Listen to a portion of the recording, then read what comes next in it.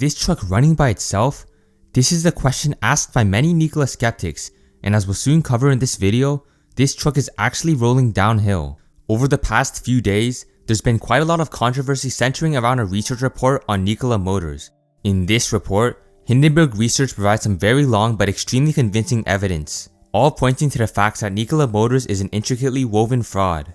Many of you know that I've been skeptical about Nikola based on a few key factors. This recent report truly proved these skepticisms to be correct, as it includes evidence from previous employees, lies, and weeks of research. To any Nikola investors, please be open-minded about this video, because while this certainly isn't financial advice, it is research that you should take into consideration as a possibility. In this video, I'm gonna go over the intriguing but dark story about how Trevor Milton scammed millions of dollars out of not just Nikola investors, but also his previous companies. Welcome to Kazgains Academy.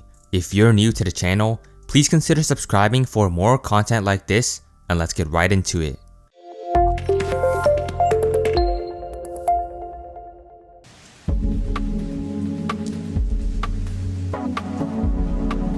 Now before we get into Nikola, let's backtrack earlier into Trevor Milton's career. In November of 2009, Trevor decided that he would drop out of Utah Valley University to start his own company named St. George Security and Alarm. He convinced one of his friends to help him with the business and split it 50-50. However, after a very short period of time, Trevor decided that he would sell the business and start a new one. When pitching the business to potential investors, Trevor overpromised on several metrics, leading the final buyer to pay for a total loss. In the end, Trevor walked away with $300,000 and his business partner received $100,000. So right off the bat, Trevor already scams his business partner by claiming it was 50-50, but ends up taking 75% of the money. While this amount totals to $400,000, Trevor always claims the amount to be $2 million. And within about a year or two, I had sold it for almost $2 million, and I thought I was like on top of the world. You know, I was like, oh, I'm like expert at this thing. So. Yeah. Now trust me, this is only the beginning and it gets a lot worse. After leaving the alarm business, Trevor started an online business named upillar.com. This website would sell used cars to people all around the world.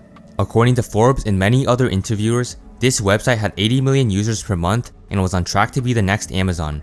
You heard that right, the next Amazon. I took that money and reinvested it into a company called upillar.com that was way ahead of its time actually. If I was not in Utah, and if I would have been in Silicon Valley, we probably would have been what Amazon is today, because we were beating Amazon at what they were doing. We beat Amazon, we beat eBay. We were growing. We had 80 million people on our site, and ultimately we would have ended up being Amazon. But we were in Utah, and at the time, Utah had no clue what investment was around the internet. So we just grew too fast, and that was a lesson for me. As at that time, was not to grow too fast, and it really kicked our butt. And we shut down the company, lost everything. It was a really, really difficult thing to shut a company down that's growing. That's like one of the most difficult things to ever do. When Hindenburg Research spoke to a former employee at upillar, they claimed that their traffic was so low that much of our time was spent approving classified postings. We were always able to keep up with it, with only a few of us approving them. In addition, upillar did not have the first shopping cart, as the first shopping cart was used in 1994. However, upillar was founded in 2009, making Trevor's statement not just incorrect, but extremely off. So after upillar went bankrupt, Trevor decided he would enter the vehicle business with a company named DHybrid.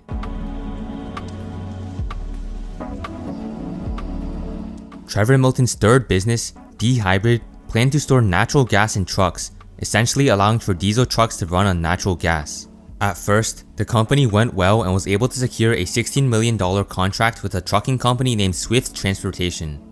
Swift's CEO, who was later impressed that Trevor's later found to be misleading numbers, invested $2 million for 9% of the company. However, the CEO had some skepticisms, and asked for Trevor to convert 10 of its trucks before it committed to the $16 million contract for 800 trucks. Immediately, DHybrid failed to meet the agreement. Trevor was only able to convert 5 of the trucks, and those trucks did not meet up to Trevor's promises. Swift, which realized that DHybrid was a fraud, filed a lawsuit against the company. Trevor's new company was in huge trouble, and he frantically searched for new investors. When pitching his company, Trevor claims that his contract with Swift was worth $250 million when it's only worth $16 million. In addition, he also told investors that they were saving Swift 38% of their fuel costs, which Swift later confirmed to be false. Instead, DHybrid was only saving at maximum 24% of Swift's fuel bill on the 5 trucks that had converted to natural gas. With these overpromises, Trevor was set to find a buyer that was interested, leading him to find a company named Sustainable Power Group. Sustainable Power Group entered negotiations to purchase the company, but after 1 month, the company backed out and terminated negotiations, suing Trevor Milton for quote-unquote significant misinterpretations. This lawsuit allegedly stated that DHybrid had not, as represented, completed development of the DHybrid system. In addition, DHybrid had not begun the EPA certification process that they claimed, had been falsely representing fuel cost savings, and was misrepresenting results from Swift's 5 diesel semi-trucks. After being caught for these fraudulent claims, Trevor then pitched to more investors but didn't have a chief technology officer. And guess what happens next? He puts a fake CTO into his presentation in an attempt to sound more professional. Yup, Trevor put a non-existent CTO into his presentation, a man who was later found to be Steve Scott, a person not even affiliated with Trevor's company. Now because DHybrid was under investigation, Trevor decided he needed to create a new company.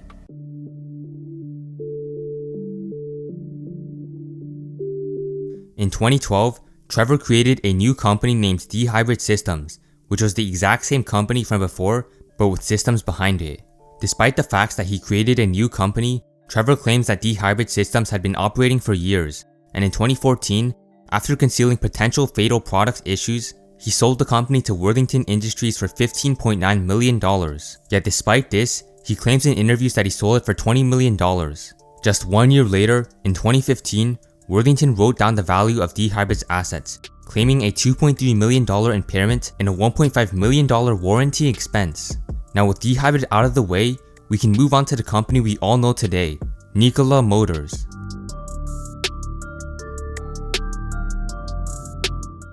In 2016, after selling DHybrid, Trevor founded Nikola Motors, today's so-called Tesla killer. Nikola was preparing to release its first vehicle, the Nikola One. This vehicle would be revealed in a hyped-up event where Trevor claims that the vehicle would be fully built. These events are known as Nikola World, which are Nikola events where the company shows off its new vehicles. However, on Nikola's unveil of the Nikola One, a Bloomberg reporter by the name of Edward Ludlow spotted the fraud. The Nikola One shown on the stage was inoperable with several missing parts. Of course, Bloomberg was right, and as more evidence was unveiled, Edward refused to back down on his claims. Soon, Trevor had no choice but to admit that the truck was not functionable.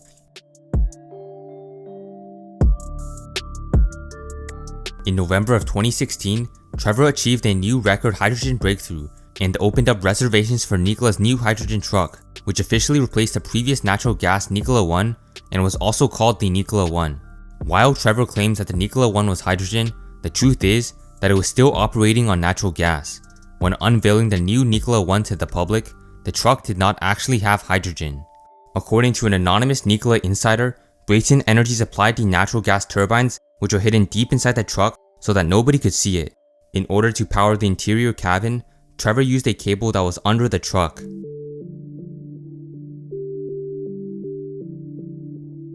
In 2018, when investors were asking to see the Nikola One in movement, Trevor had an idea. How about they roll the Nikola One down a hill, but make the camera angle seem like the truck is going uphill? A former employee revealed that this is exactly what they did. The employee stated, "I asked Kevin how it was going to work, and he said they would tow it to the top of a super low grade hill and let it roll." Now you might be skeptical of this employee, and so is Hindenburg. So Hindenburg Research sent an investigator to see if they could roll their car in the exact same location. The results showed that they could roll their Honda for 2.1 miles and reach a top speed of 56 miles per hour. Sounds about just right for Nikola. In April of 2019, Trevor unveiled Nikola's off-road vehicle that would rival the best of the best. When we unveil this, pay close attention to the workmanship, the interior, the exterior. It rivals some of the best automotive engineering in the world. This is on an off-road vehicle. This is a moment that people from around the world have been waiting for. I want to focus on the design and how proud I am of the team. Just look at this. What's amazing about this is it's more like a vehicle and less like a plastic off-road toy. If you look at the current market out there, it literally is plastic parts everywhere, as cheap as they can possibly make them. that you're putting your family into. What Hindenburg later found out about this NZT vehicle was that the design shown on stage was not even functionable, leading Nikola to claim that they would do a quote-unquote massive redesign before the company could bring the NZT to market. In the same month, Trevor also made another lie, that Nikola's headquarters had 3.5 megawatt hours of solar installed on its roof. We have the only off-grid headquarters that we know of, completely off of hydrogen, battery, and solar. We have 3.5 megawatts of solar up on the roof, producing about 18 megawatts of energy a day in our headquarters, and we're storing 10,000 kilograms of hydrogen and using... What drone shots show, on the other hand, is that Nikola's buildings have no solar panels whatsoever. Yet another blatant lie.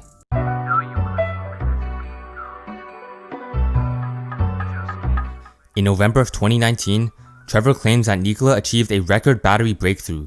According to Trevor himself, you're talking 600 plus mile range in a Model 3 Tesla.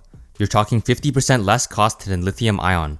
You're talking mass adoption of zero emission vehicles. Could be worth hundreds of billions if owned by one company that we decided to share with the competition for the greater good. When asked about whether it was real, Trevor stated, "It's real. I've seen it with my own eyes and watched them cycle. As we'll soon cover, this battery never existed." Nikola's announcement of its partnership with GM pumped Nikola stock up by almost 40% and GM stock by about 8% in one day. However, if any Nikola and GM investors are watching this, don't get too excited. The battery does not use Nikola's quote-unquote groundbreaking battery or hydrogen breakthrough technology, which never existed in the first place.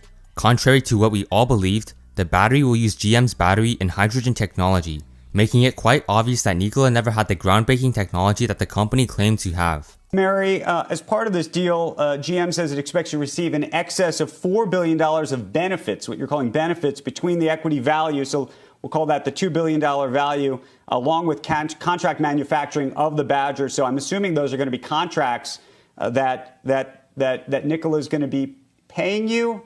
Is that right? Sure. In addition to all the technology that we're bringing in, the value from both an Ultium and a Hydrotech technology perspective, there also then is, we'll be doing the manufacturing and validation and engineering. So all of that comes together. And again, it's for the Badger, but it's also for the fuel cell technology for the Nikola products in the Class 7 and 8 truck business. So this is a huge growth opportunity for us. And as Trevor said, as we started to talk, we realized we shared a common vision of the world of creating an all-electric future. The teams have already begun discussions, and there's really good chemistry between the technical teams. So we couldn't be more excited about working with Nikola. When Nikola announced that it would manufacture the Badger with GM's technology, that truly exposed the fraud that is Trevor Milton once and for all. Do you see the pattern? With all of Trevor's previous companies, he inflates the valuation through overpromises, doesn't deliver, and attempts to sell the company by overstating the delivery, leaving Trevor with a boatload full of money. With Nikola, we're currently in stage 1, overpromises. Now, because I don't want to make this video 30 minutes, there are a few points that I didn't mention from the Hindenburg Report. If you're interested in reading the article, I'll have it linked in the description below. Let me know whether or not you believe the statements made by Hindenburg. Do you think that Nikola has been exposed, or do you believe that the claims made in the report were false? If you enjoyed this video, please hit the like button and subscribe, and I'll see you in the next one.